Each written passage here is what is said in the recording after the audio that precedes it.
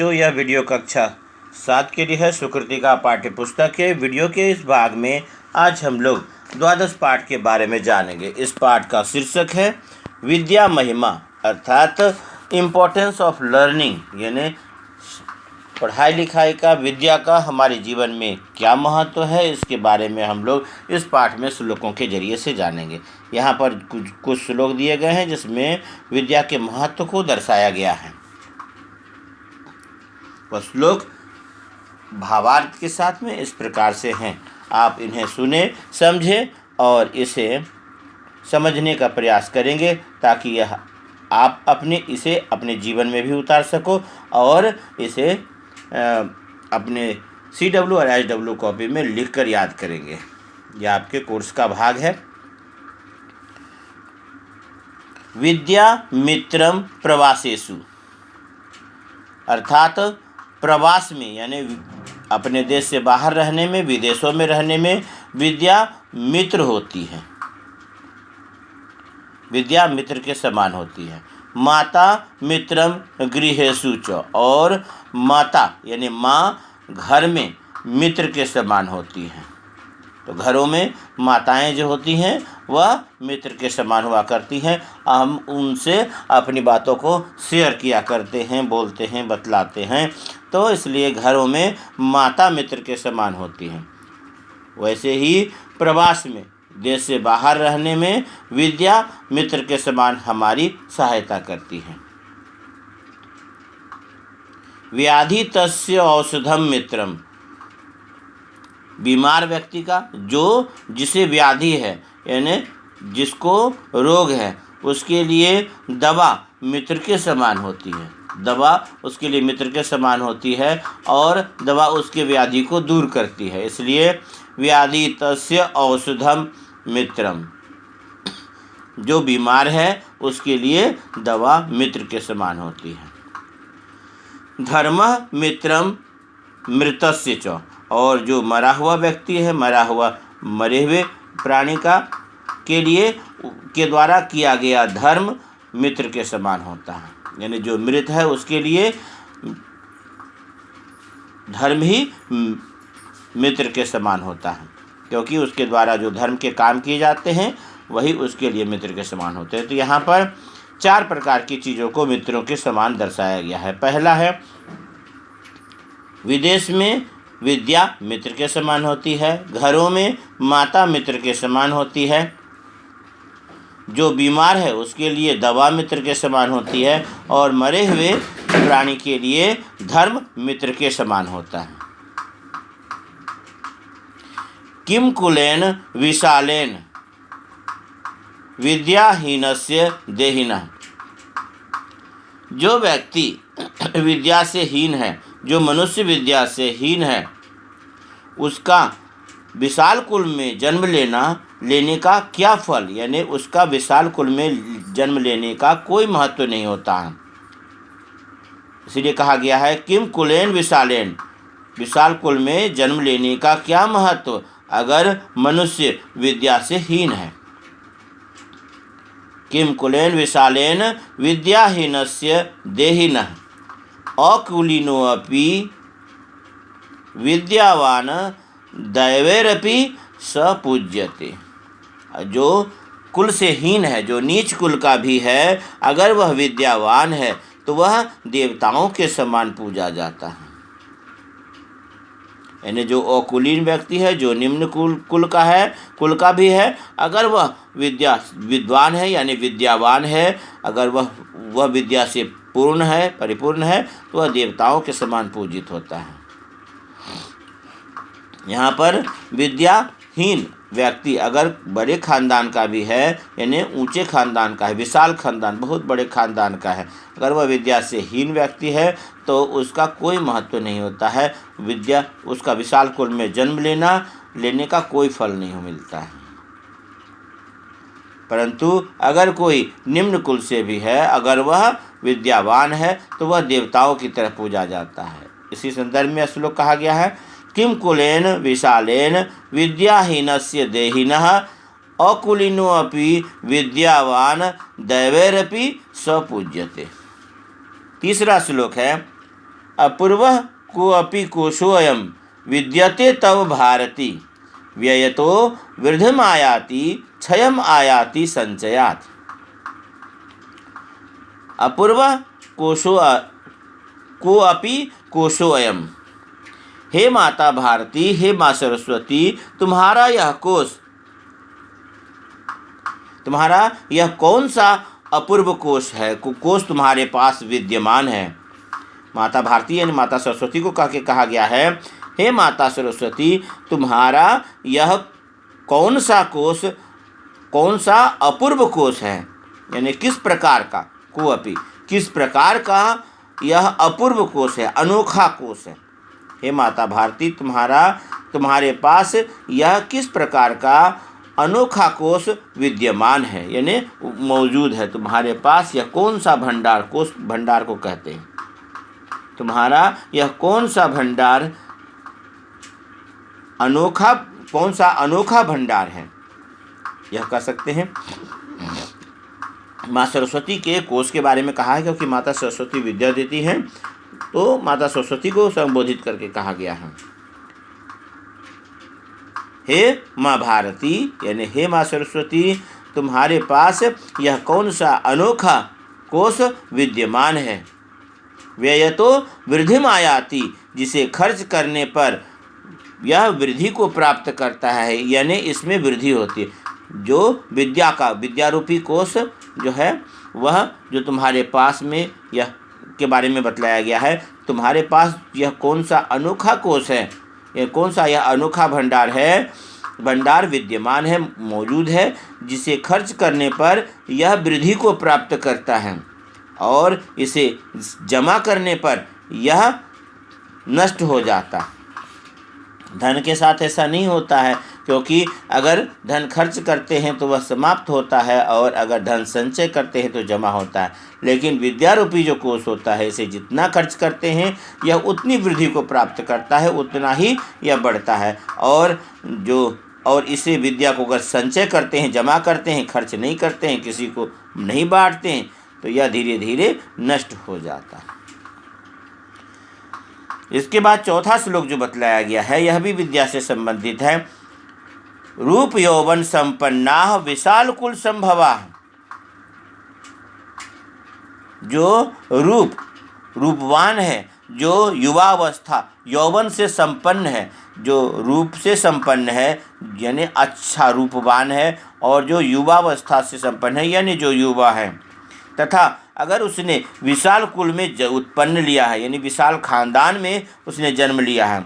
विद्याहीना न सुबंती, अगर वह विद्या से हीन है तो वह समाज में सुशोभित नहीं होता है।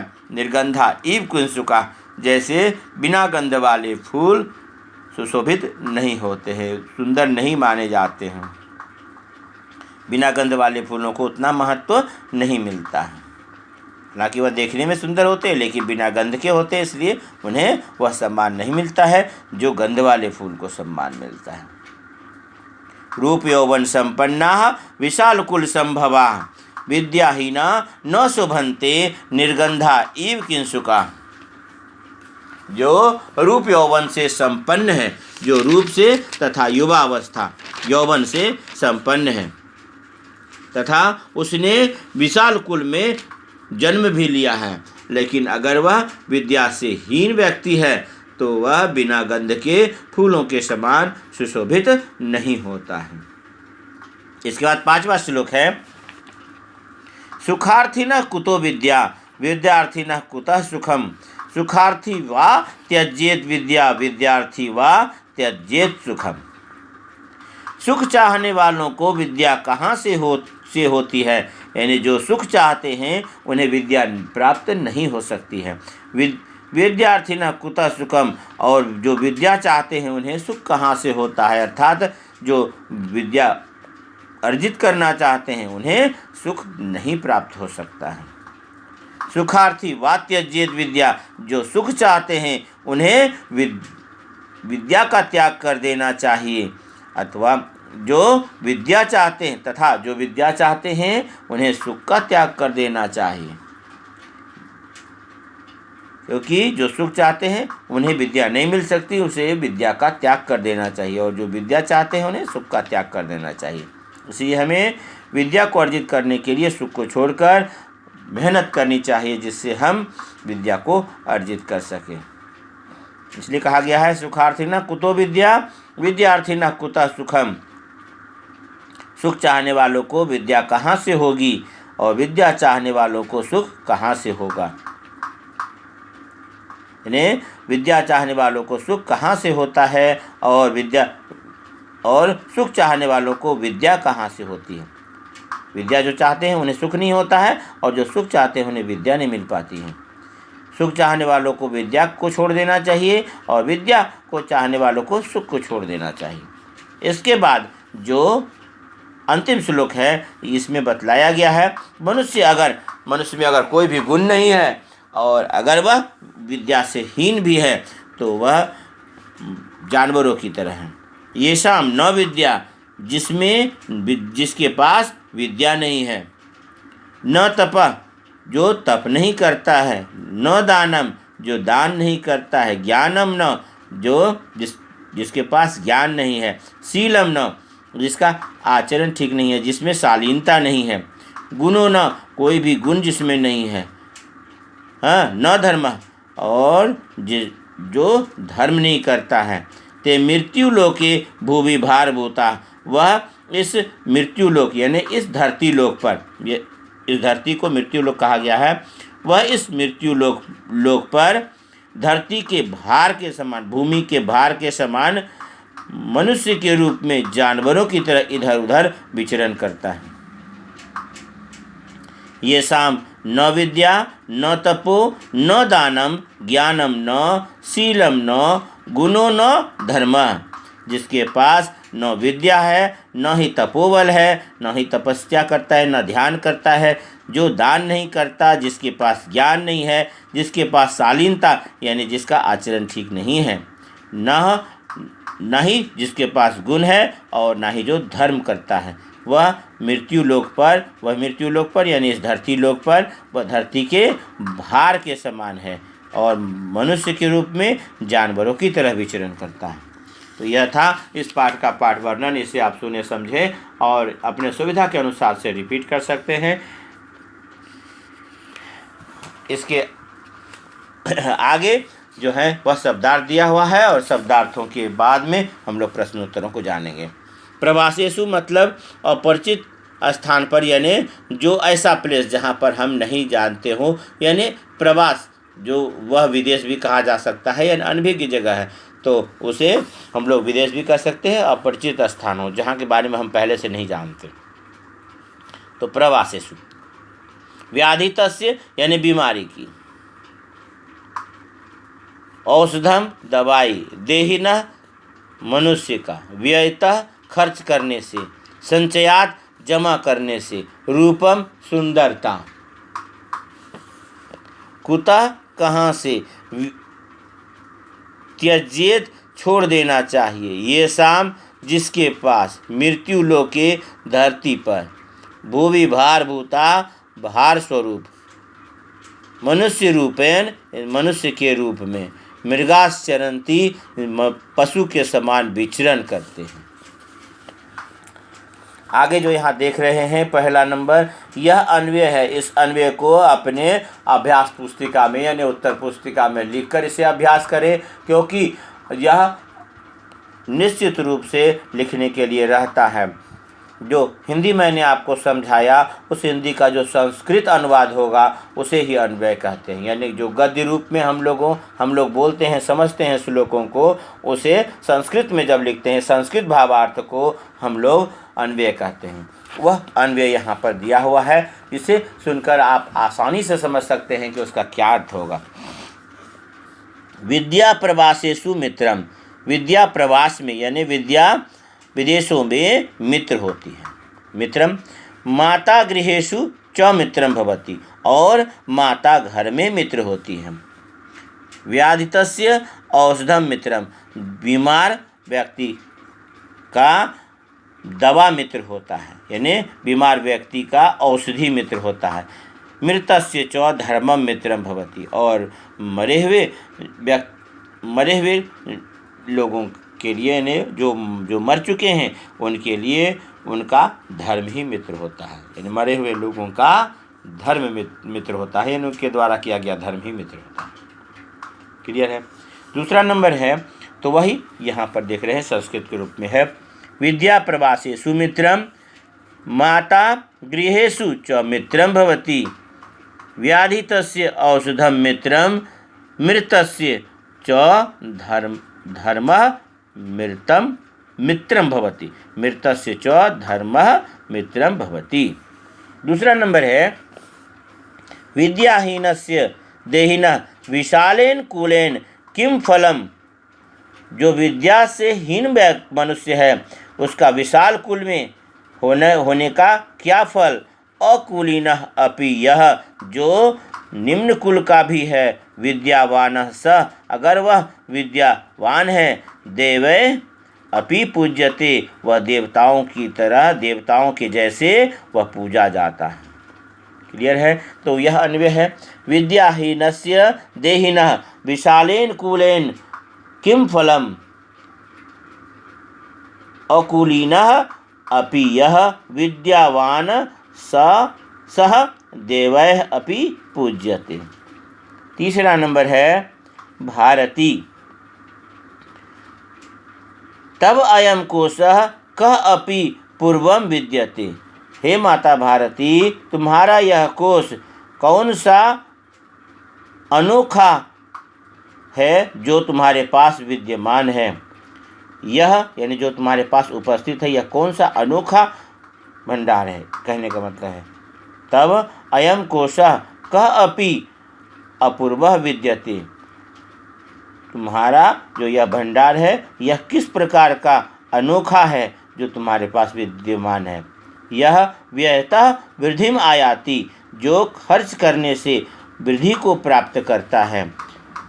संचयात च क्षयम आयाति, और जमा करने से यह विनाश को प्राप्त करता है, यानी नष्ट होता है।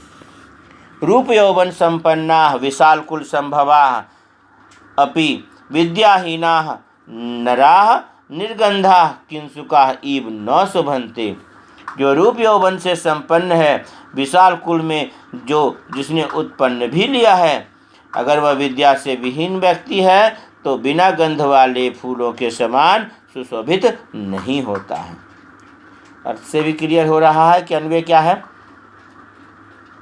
रूप यौवन संपन्ना विशाल कुल संभवा अपि विद्याहीना नराः निर्गंधा किंसुका इव न शोभन्ते।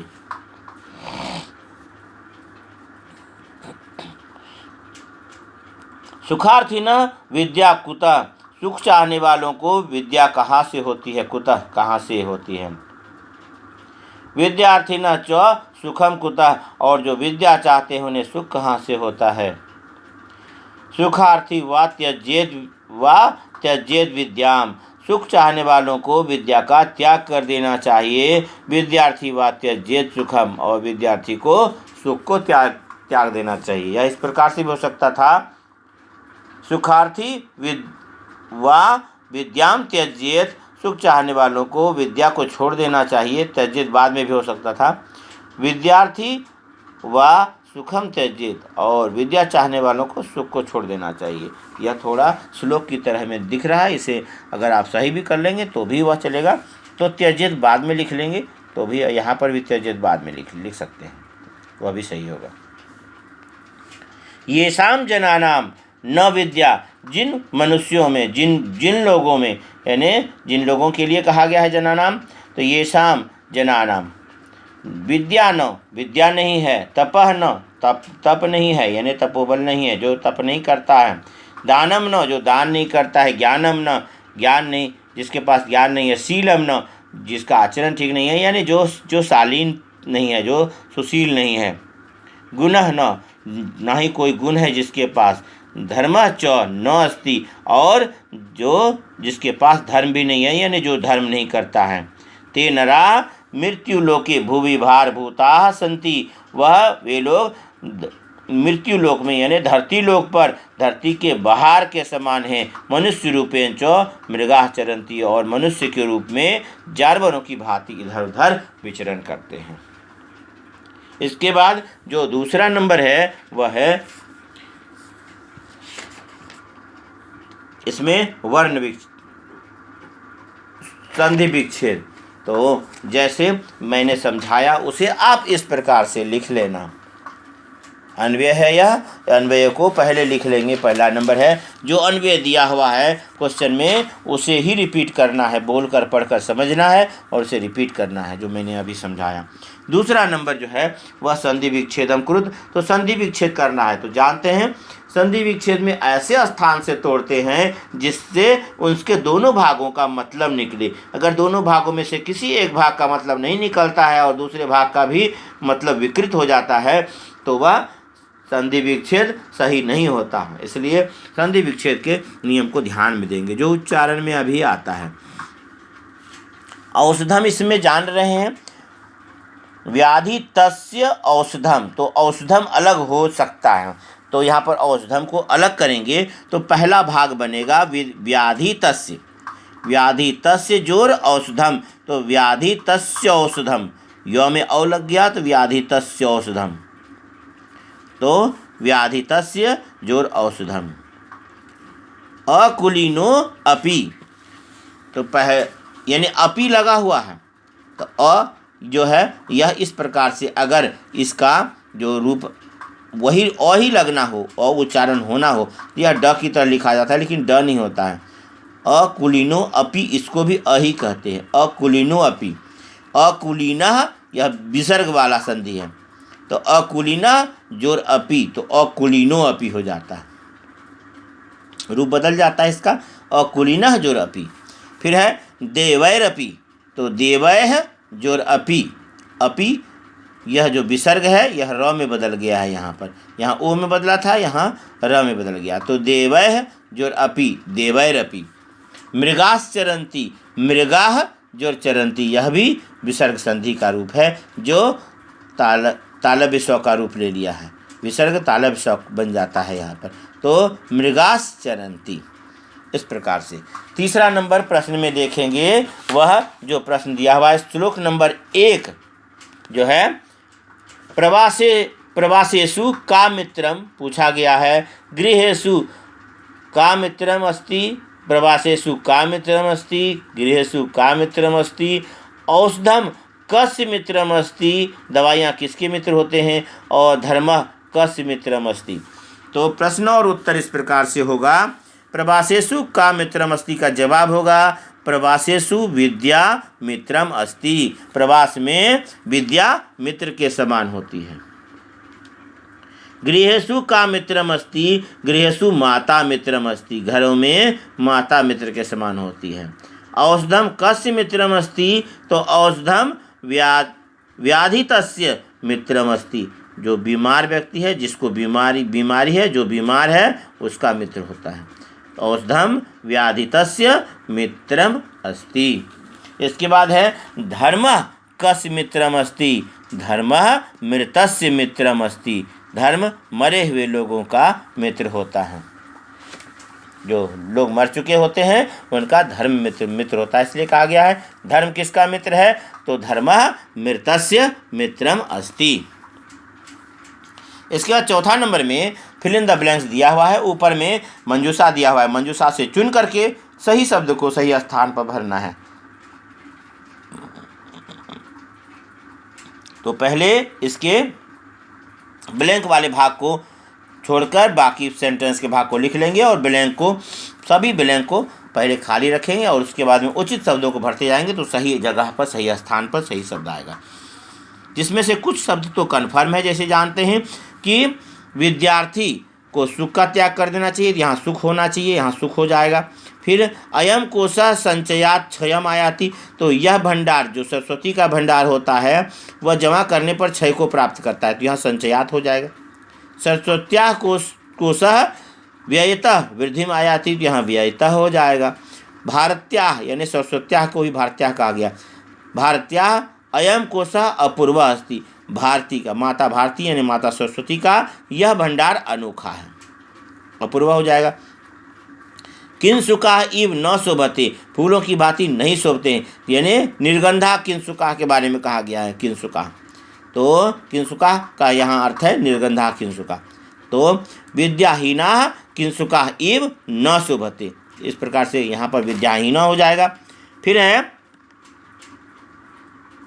विद्यावान, विद्यावान अपि पूज्यते, तो नीच कुल का भी यानी अकुलीन, इस प्रकार से। तो पहला में ध्यान देंगे, विद्यावान अकुलीन, यहाँ अकुलीन हो जाएगा।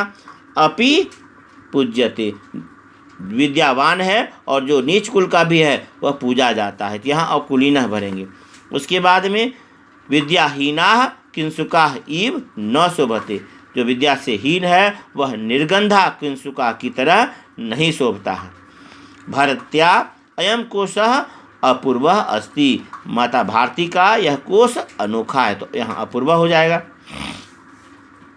इसके पश्चात है सरस्वत्या कोशः व्ययतः वृद्धिम आयाति, सरस्वती का कोश खर्च करने पर वृद्धि को पाता है। अयम कोशः संचयात क्षयम आयाति, यह कोश जमा करने पर क्षय को प्राप्त करता है, यानी नष्ट हो जाता है। विद्यार्थी सुखम त्यजेत, विद्यार्थी को सुख का त्याग कर देना चाहिए।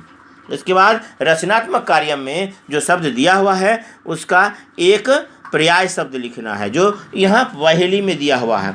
देख रहे हैं इसमें जो विद्यार्थी, इस प्रकार से लाल से घेर करके मैंने बनाया है। जो विद्यार्थी, छात्र का एक दूसरा नाम विद्यार्थी भी होता है। जो विद्यार्थी यहाँ से आपको मिल जाना है, जो बगल में पहेली दिया हुआ है उसको पेंसिल से या कोई भी कलर से आप उसको घेर सकते हो, और यह सही रूप में घेरेंगे तो यहाँ पर लिख देंगे, उसे घेरेंगे और लिख भी देंगे। विद्यार्थी, विद्वान का विद्यावान, तो विद्यावान ऐसे खरे रूप में आएगा, विद्या और वान विद्यावान, इस प्रकार से घेरेंगे। जननी का माता होता है, तो माता इस स्थान पे मिल जाना है, माता, यह माता, तो जननी का माता होता है। हरिणा मतलब हिरण यानी मृग, तो मृग मृग की भांति, यानी जानवर जो होता है मृग, मृग की तरह, तो मृग, हरिणा का मृग। पुष्पम कुसुमम, या अंतिम वाला वर्ड ऐसे जो आएगा इस प्रकार से, यह कुसुम। ध्यान रखेंगे, छात्रा का विद्यार्थी, विद्वान विद्यावान, विद्वान विद्यावान, दोनों में के नौ में हलंत है, अनकारांत है। तो जननी माता, हरिणा मृगा और पुष्पम यानी कुसुमम। तो अपने सुविधा के अनुसार से आप इस वीडियो को सुने, देखें और रिपीट करें तथा इस पाठ के प्रश्नोत्तरों को हल करने का प्रयास करेंगे। पहला नंबर क्वेश्चन में ही लिखा हुआ है, दूसरा नंबर जो है वह मैंने क्लियर करके समझा दिया है। इसे आप अपने सुविधा के अनुसार से, जहाँ पर वीडियो चलता है और जहाँ पर आप अपने सुविधा के अनुसार से इसे रोककर लिख सकते हैं। इसके अन्वय को अवश्य लिखेंगे और यह आवश्यक है आपके लिए। आप इसे सुने, पढ़ें और रिपीट करें और अपने जीवन में भी उतारने का प्रयास करें, क्योंकि विद्या को प्राप्त करना हमारे जीवन का महत्वपूर्ण लक्ष्य होना चाहिए, क्योंकि विद्या वह साधन है जिससे प्रत्येक सुख को प्राप्त किया जा सकता है। आपका दिन शुभ हो। धन्यवाद।